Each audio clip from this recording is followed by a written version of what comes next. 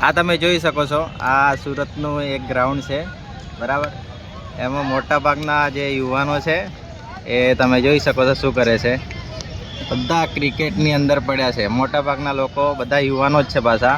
અને એમાંથી મોટા ભાગના લોકોએ કોન્સ્ટેબલ અને પીએસઆઈમાં ફોર્મ તો ભરી જ દીધું હશે, પરંતુ એ લોકોને ક્રિકેટમાં જ એટલો રસ છે એટલે ક્રિકેટમાં સમય સવારે આવીને ફાળવે છે.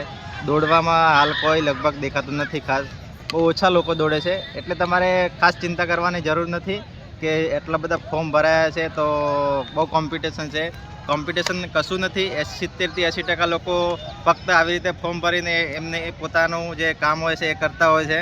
એમને જેની અંદર રસ હોય એ કામ કરતા હોય છે. અને ખરેખર જે ખાખીની તૈયારીવાળા છે એ 20થી 25થી 30% લોકો છે જેઓ દોડની પણ સારી રીતે તૈયારી કરી રહ્યા છે અને લેખિતની પણ કરી રહ્યા છે. તો તમારે તમે પોતે એમાં સમાવેશ થાઓ છો, એટલે તમારે બિલકુલ આ જે ભીડ દેખાય છે એ આ જ ભીડ ફોર્મમાં જે ફોર્મ ભરાય છે એમાં પણ દેખાય છે.